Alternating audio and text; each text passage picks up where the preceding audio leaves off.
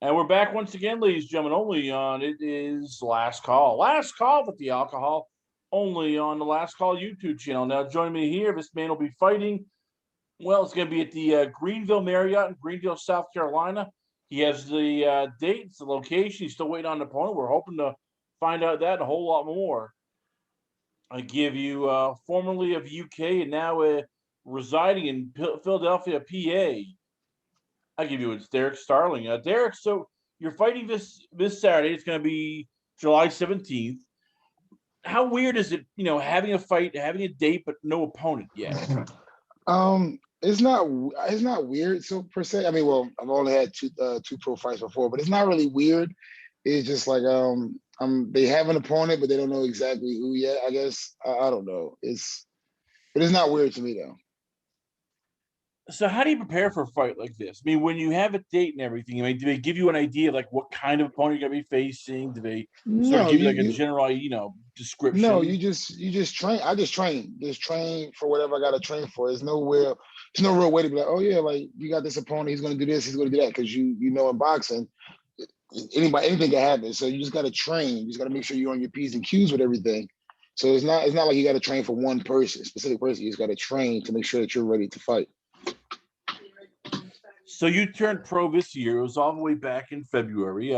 Let's ask a big question. What got you into boxing? Like, what made you decide to start boxing also professionally at a later age? Well, I started boxing when I was a kid. I really liked it. I was more so into basketball, and after a while, I just got back into boxing, and I was actually like really training a lot. And I was like, you know what, all this training, I might as well compete. And one of my coaches, Coach Joe, was like, you could start training to compete, and that's what happened. And I wanted to go pro sooner, but a lot of coaches was telling me like, stay amateur a little bit longer, learn the technique, learn the sport, get some more experience and then turn pro. And then I was supposed to turn pro before COVID hit, but then once COVID hit, it slowed us down a year. So how tough is it right now, sort of learning on the job? I mean, you have two fights. You're 2-0 so far, one knockout. But how tough is like learning all the nuances, whether it's footwork, whether it's defensive, Well, maneuvers, bobby weaving, because that's stuff you learn in the amateurs, and you're doing a crash course. I've had like 40 amateur fights, and I've been competing for the last 6, 7 years constantly. So it's like it's not really learning on the job. Is the more so the only learn on the job part is like how to pace yourself with a round. Like, because in amateurs is a fast pace. It's like a lot of punch output. So you got to punch, punch, punch, punch, punch. But in the pros is more so pick your shot. So that's really like the on the job training that you really learn is how to get acclimated to the pro style as opposed to the amateur style. So how was it? So the first two fights, first fight you win by unanimous decision. Second fight, taking Mhm. on a guy who has 11 fights, win by knockout. What do they want? What improvements does your team want to see from you this Saturday? Because I'm guessing every fight is like, okay, yeah, we want you to win, but we want you to do this. We want to see improvement on this. For your third So fight, like, what's the next improvement? it's not really like a bar set right now. Like, yo, I want you. We want to see you this. We want to see you that. We just want to constantly see growth. So we don't want to be in the same scenarios. Like, yo, we talked about this last fight. You still doing this? That means we're not making progress. So they're not sitting there going, oh, well, you got to make sure you do this. You got to make sure you do that. We're just working on everything we need to become the complete fighter. How much did basketball help with the boxing in terms of the cardio alone? Because most athletes, when they cross over from a sport, I know you did boxing when you were little, but then you went to basketball. How much of Mm. that help having that sport where you're constantly moving, constantly running, the footwork is always moving? I mean, how much did that help with your boxing so that you're not I throwing mean, up those first couple of fights? it helps a lot. It definitely helps a lot. But to me, it seems a little different with boxing and basketball. It is like you could train for a boxing match and not feel good for a basketball game, and you could train for a basketball game and not feel good for a boxing match. Like it's different. So trying to feel like that. Hold on one second.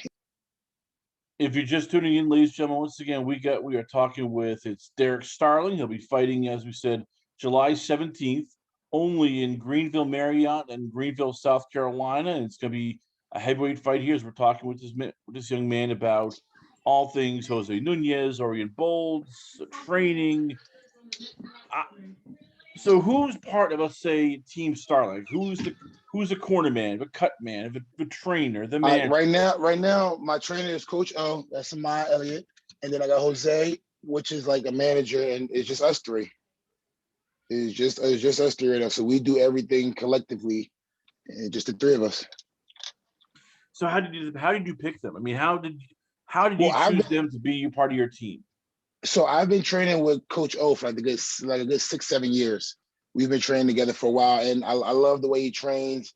I feel he's one of the best trainers in the world. Like he really like he breaks down everything for me, and fighting period. Like he breaks down fights with all the other fighters. He breaks it down to a science, and he really studies the boxing game. So that's why like me and him have a great bond. Me and Jose Benedicto, we he opened a gym called Hook Boxing and Fitness, and he made me the lead trainer because he fused boxing and fitness together. And we were working together for a while, and we just like came together. It was like, listen, let's do this pro thing, and we just work with each other. What was it like the first couple times you got back into boxing? Because even though you're in great shape, it's the entire body's still moving, whether it's throwing your hands, bending, moving, you know, shoulder rolling, all that stuff. I mean, how tough was it the first couple amateur fights were like, okay, I think my entire body is sore. I'm not supposed to bend this way. This doesn't feel right. I'm in just pain. It wasn't sore. I mean, I wasn't really sore like that. I think mostly it was just. I think mostly it was just like the nervousness because you never know what to expect when it's your first actual fight. It's like I don't know what to expect, and then you just go out there. Once you start fighting, it's like okay, all right, cool now. Like I'm in a fight, like I know what to do, and you just get used to it. As much as the pain and all that stuff, I don't really feel as though you really sore and you hurting a lot that much. All this is going as you mentioned before, where you're doing your work. You have a fight coming up July 17th. You have all this happening here. How happy are you that COVID's, that fans are starting to get back into the arena? Because, I'm guessing. I'm excited because it stopped everything, and it's like the world just stopped, and it's like everybody wanted to get back to doing something. It's like now that we're open, I'm like, this is my third fight. I want to have two more fights before the year's over. Like I'm really trying to push it because that 1 year took a lot out of everything, out of the game plan. Because it's like you're behind a year now. It seems like almost, but I'm excited that it's opening back up. I'm just ready to show the world my talent, pretty much.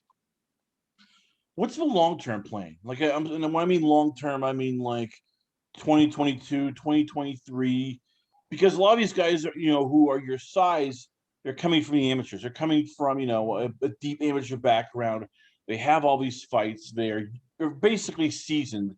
What do you and your team talk about in terms of, all right, like we'll start fighting guys who are undefeated maybe in this year. Maybe we'll start fighting guys who are top 15 maybe in next year. I mean, how much are they going, okay, we're going to do this Well, slow right and now, steady wins the race?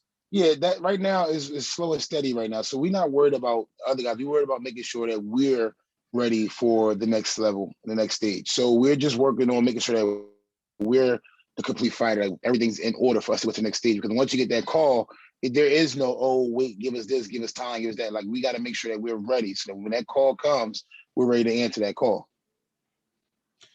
Right now, as you mentioned before, everything's opening up. So are there any plans to start sparring with other guys in terms of, going to a Tyson Fury camp or an Anthony Joshua, have them send you to people who you can start learning from the pros, learning from veterans, get the idea of, okay, this is what, a top camp is like. This is what, it's like to work with guys who are at that level. Yeah, I would love. Yeah, I would definitely love to do that. Absolutely. Is there plans for that? I mean, are you and your team talking I about, mean, maybe. we've talked about that, but it's like it's more simple. Like it's not like you just go, oh yeah, listen, you're going to Tyson Fury camp tomorrow, or you're going to Anthony Joshua camp tomorrow. It's not that simple. I mean, if it was, I'd be right there on the next flight. Like sign me up. But it's not that simple. And they got to call you. You got to work your way in there and go from there. Who do you spar with? I mean, how tough is it right now finding guys who are your size? Because it's not like they grow on trees. 6'6", 220 Correct. pound guys aren't, normal for, most of the neck of your woods. So How tough is I it have a, sometimes sparring, top it, sparring partners? it's pretty hard. It's not too hard. I was sparring a guy who's actually he's 10-0. He has a fight the 17th too, and his name's KP. And we sparring. It was really good. I mean, he's working with a different breed, and I know Coach Don. So I work with him. I work with another pro, Mike Hilton. I've worked with a few pros. It is a little hard finding the size where it's like a 6'6" guy, like you said. But I mean, you got to still work. So it's not like you can't go, oh, I'm not working because I can't find that size. You got to work, and then when you find that size, you definitely keep going to get that work too.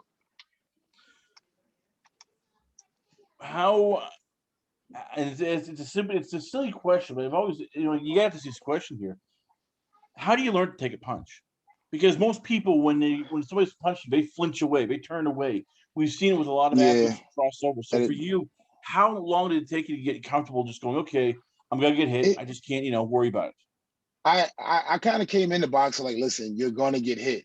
But what I also learned was you had to trust your technique and trust your ability of what you're doing. So when you're getting taught boxing when you first start out, the coach always tell you trust what you've been working on. And I had to trust my defense. Like you have to trust it because a lot of people, like you said, they will flinch and they'll do whatever. It's because they don't really trust it. But once you start to trust it and see that it works, you have no problem. And of course you're gonna take a hit. It's like, all right, well, I got hit now what? Like it didn't kill me, it didn't drop me, it didn't like let's go, let's keep going forward. You don't sit there and go, oh my gosh, I got hit, I don't know what to do next. You gotta just go, all right, I knew I was gonna get hit. This is boxing. Now I gotta make sure I don't get hit with that punch again, or make sure I move this quicker or move this way or shift this way. As we said, it's Greenville, South Carolina. There's gonna be fans there. You said you want to fight 2 more times. So how often, like, when do you want to fight after this? And how tough is that, after this going, okay, well, I'm back to the gym and no, I can't waste time because I'm guessing they want to also have you at certain weights. They want to make sure that each fight you're like, okay, get ready to weigh in, Correct. let's say 245, and then 242, so that they can Yep. get you down to a weight. Like, what's the ultimate weight for you going forward? Well, right now I'm at like 260. So I'm trying to by this fight, I'll probably be like at 260, 255. I want to try to get down to my next fight like 245, 250 area, and then try to get down to 240. I don't think I need to go lower than 240. I mean, just we just working on a steady progress. So we just going and like the next fight, I'll probably take in like another 2 months before it's like to give me time to actually like get in shape and really have a good training camp. Do 2 months, then take a fight, and then that way after that one fight, we can roll into another fight if need be. Last question for let you go. When do you hope to get a promoter? I'm not talking about PBC top rank. That's down the line. But when do you and your team hope to get like a local promoter who can just get you constant fights? Decent paychecks, something where it's like, okay, I know I'm gonna fight. In this couple months and everything. Yeah, I'm open to that right now. Like I knew coming in, I knew coming in I was like a little older and I didn't have as much experience, so I knew I had to work from the bottom to come up. So I had no problem with that. But if a promoter came up to me and was like, listen, I'm looking to do this, I'm looking to do that. If it makes sense for me and my team, then we're going to do it. We're not going to turn down an opportunity. I'm looking for any opportunity I can get. If a promoter comes and says, listen, I can get you 4 fights this year. This is what we're looking at with this, that, and the third. Then that's fine with me, as long as it makes sense. As long as it makes sense for me and my team.